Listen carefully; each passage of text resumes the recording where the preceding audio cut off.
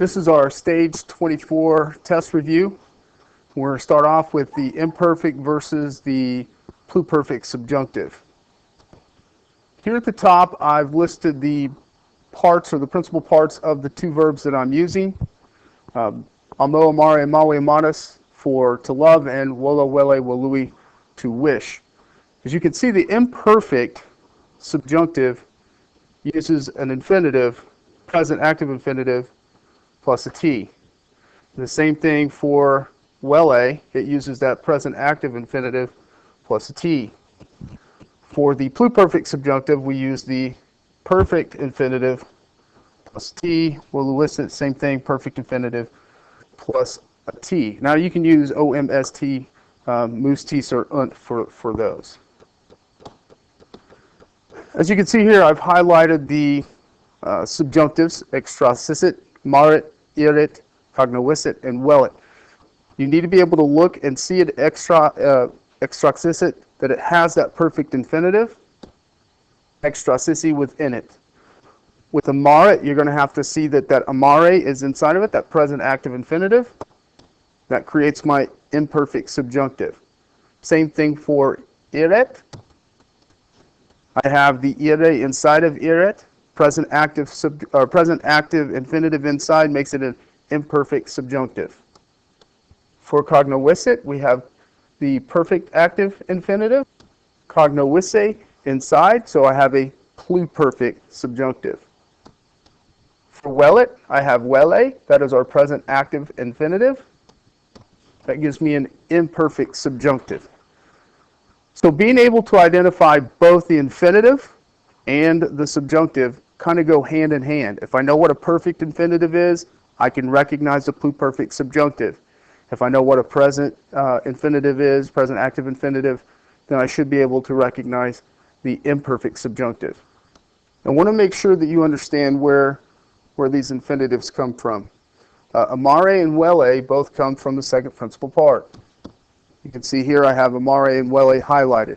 If I take that second principal part and I add an ending, an M, an S, a T, a moose, a tees, or an unt, I get the imperfect subjunctive. Same thing with the pluperfect. I can add those same endings. The M, S, T, moose, tees, and unt. The only thing that changes is the subject of the subjunctive. If I give you a list of verbs like this, you should be able to identify the person, the number, the tense, the mood, and the voice of the verbs. Mostly what I need you to be able to do is to identify the subjunctives here. I've left a few in there for you. One of them is a trick. Let's see if you can pick it out. See if you can pick out the subjunctives here. There were only 3 subjunctives here. Capacitis is a pluperfect subjunctive. Adherent is an imperfect subjunctive, and posuisit is a pluperfect subjunctive.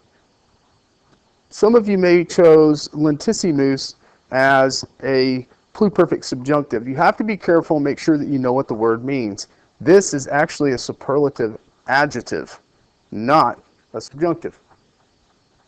So just because there's an ISSE in there, especially if it's issimus, doesn't necessarily mean that it's subjunctive. It has to be a verb. Next, I want you to pick out all of the imperfect verbs, all of the imperfect indicatives. There are only 2 here. Remember, BA is what I'm looking for when I'm picking those out. How about some perfects? You see any perfects? I have 2, woluit and intrawimus. Those are perfect indicatives.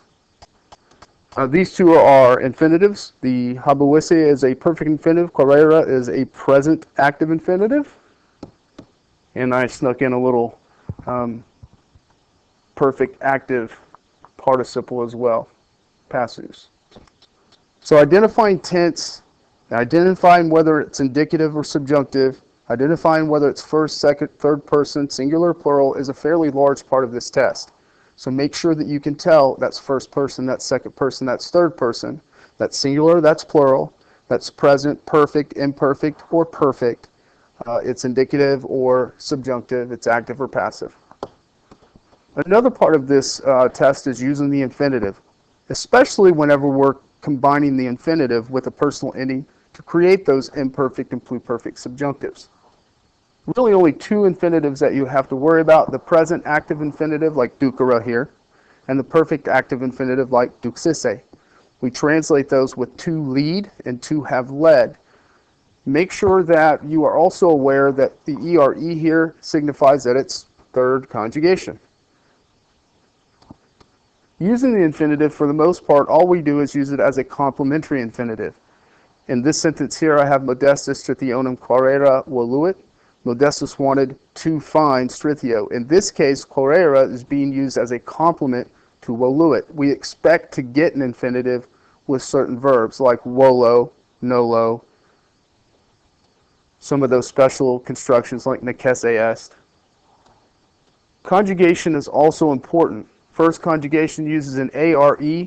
Second conjugation uses a long mark over the ERE. Third conjugation, short ERE. Fourth conjugation, IRE. You can see I gave you an example of all of those: amare, docere, ducere, adire. Irregulars are also relevant. You have esse, ire, vele, and nole. They don't belong to a conjugation. They are an irregular conjugation. Talking about tenses, we've already kind of touched on this, but this is that cheat sheet that I've used in the past. The present tense has no marker. It has no clue. We just have a mot right here. There's nothing for it. The imperfect has the BA as its marker, but it does not have a clue.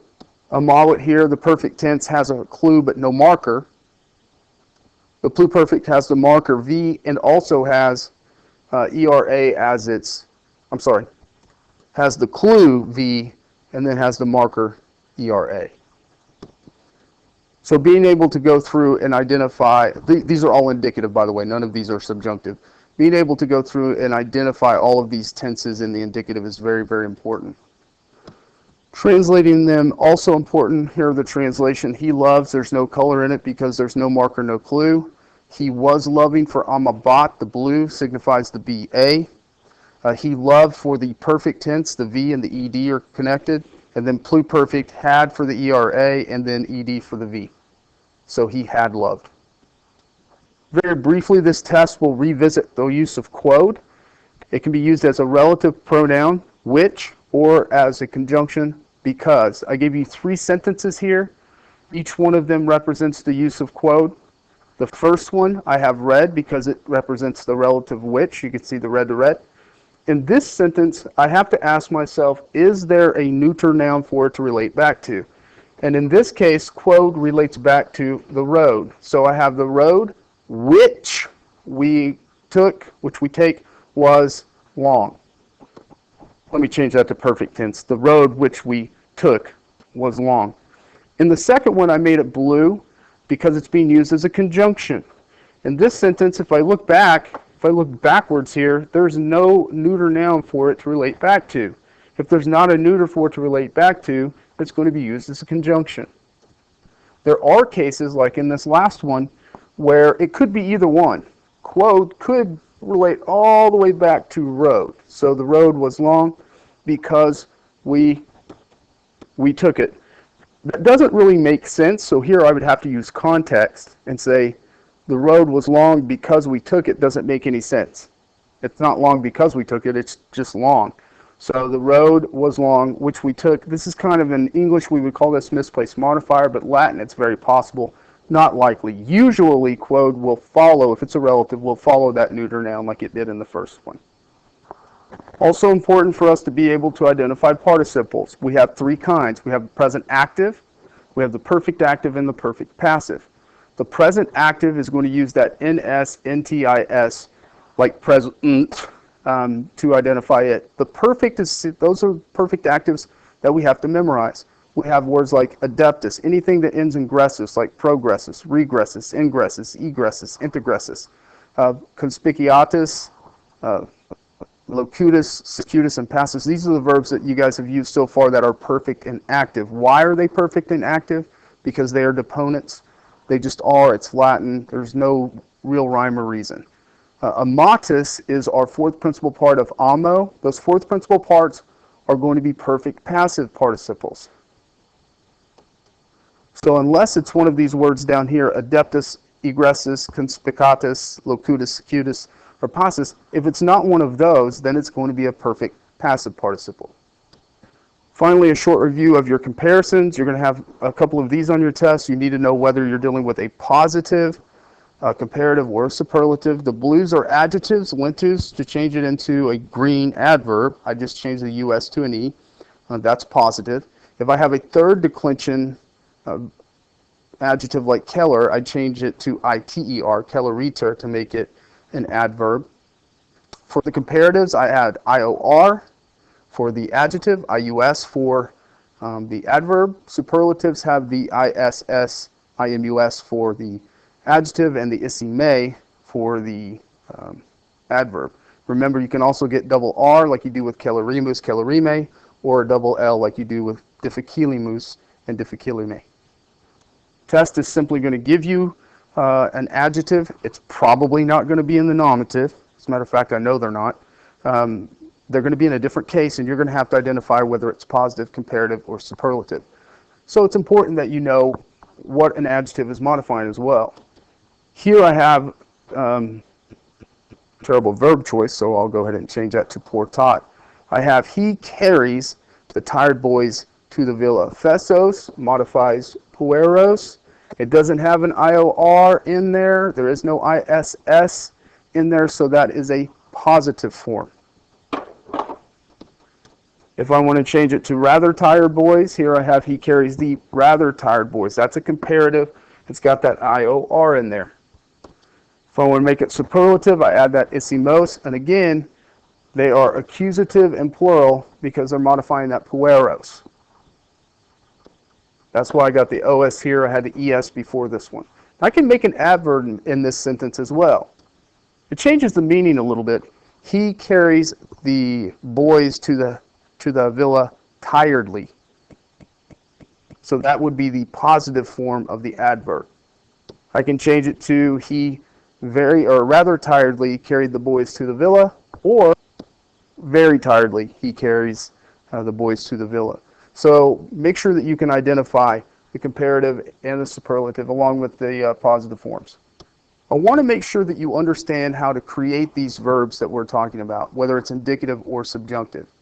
For my indicatives, I have two systems. For my subjunctives, I have two systems. They're both going to use the same part or the same stem to create them. Here, scripera is my second principal part. It is my present infinitive, and it's going to create all of the present system, both active and passive.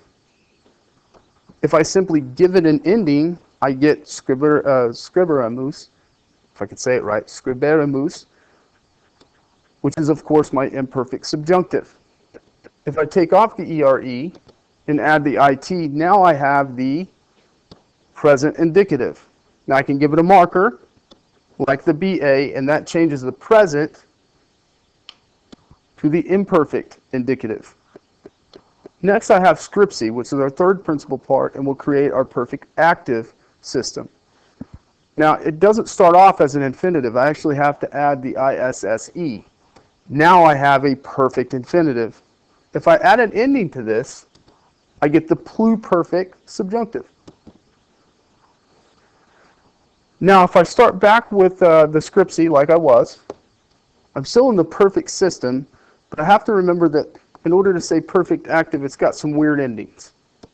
If I add any of these, e, isti, it, emus, istis, and a runt, I will get the perfect indicative. Scripsi, perfect indicative. Scrips isti, perfect indicative. Scrips it, perfect indicative. Scripsimus, perfect indicative. Scrips istis, perfect indicative. And scrips runt, perfect indicative. Now I can also give this a marker to create a different tense. By giving it an ERA as its marker, I create the pluperfect indicative. That's really all there is to creating verbs. Just remember that we have to have an infinitive to create subjunctive. Everything else that we have is going to be indicative.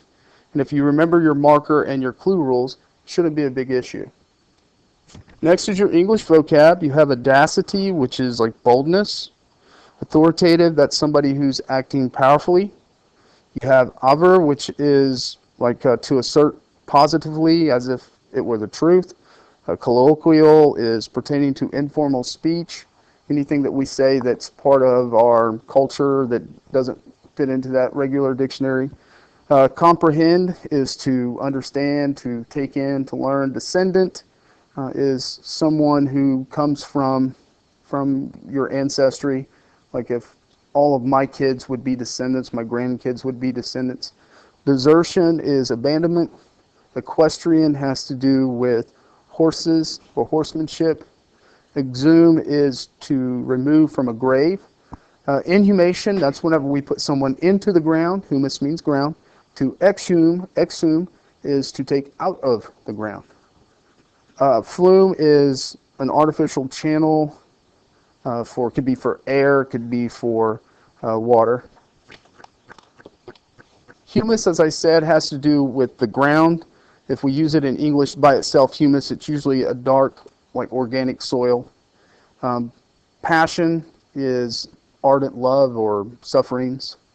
Incarcerate is to put into prison. Tristful is like sorrowful, sad. Veracity is truthfulness. Perfidious is like treacherous. Riparian has to do with the shoreline. Transience is like fleetingness, trying to get away.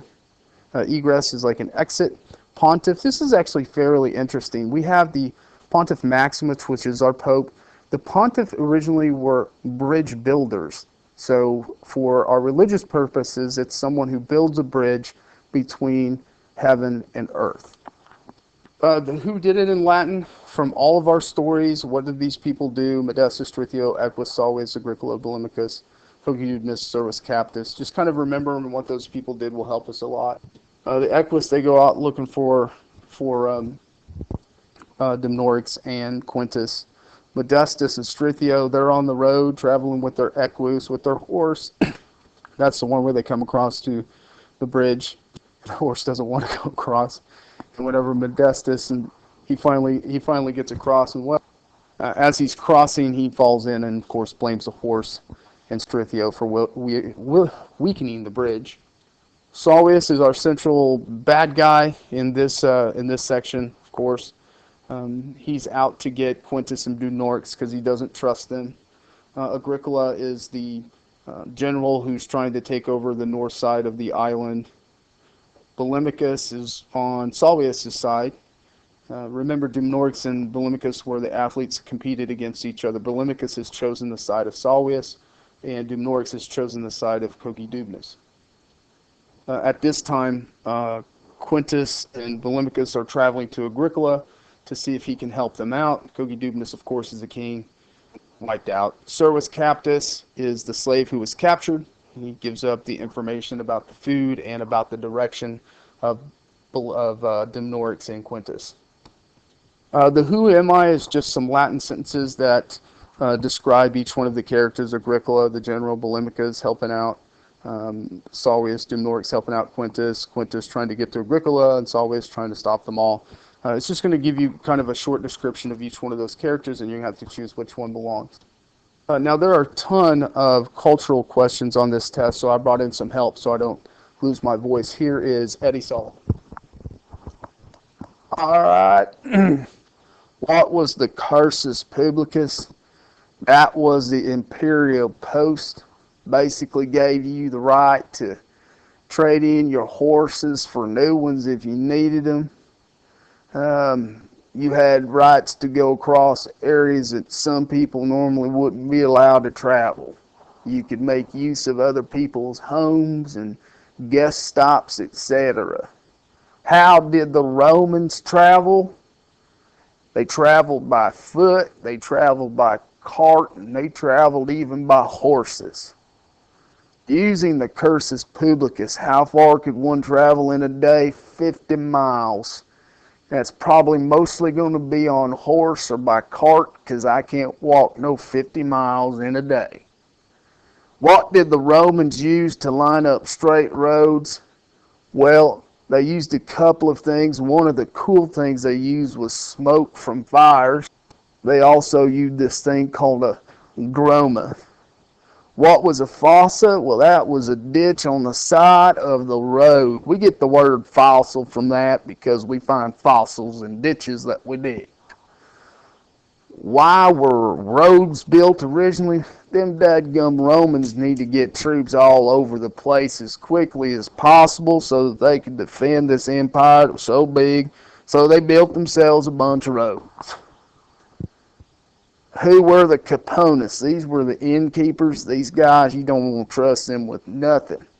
What were the inns like? They were bad news. Only really bad people stayed in them. If you poor, you might have to stay in them. Normally what would happen is you'd call your friends up with your letters, call them up on the letter line and say, hey man, I'm headed that way. Can I stay at your summer house, or can I sleep in with you a couple days? They'd be like, yeah, that's fine. You did not want to sleep in no inn. It'd be like a Best Western. What was a diploma? That was a government warrant to use the cursus publicus. That was a document that said, hey man, you got to give me a horse. Hey man, you got to let me stay here. It was basically a travel pass. When was the sailing season? That is March through November. You got to be careful. You don't want none of them winter months where all the storms and nasty weather is going through there. These guys were afraid of the water anyway. How long would the road last before maintenance? This is what I don't understand. All right, they took a road the other day by my house. I don't know, a couple, 3 years ago. They laid that sucker down. It already got potholes in it. These dadgum Romans were building roads last 80 to 100 years before they even messed with it. I'm going to hand this over to the President of the United States in the 1990s, responsible for crushing us with that stupid NAFTA. Thank you, Eddie, and thank you for all you do for the young kids of America. What did the road system do to culture? It allowed the Romans to share and spread their culture throughout the empire. What was the Via Appia? That was a road from Brundisium to Rome. It was a beautiful road. Hillary and I many times traveled it on horseback. Who was Vitruvius? That was my cousin. He was an architect and engineer of the road system. What was a groma? That was a surveying instrument for straight lines.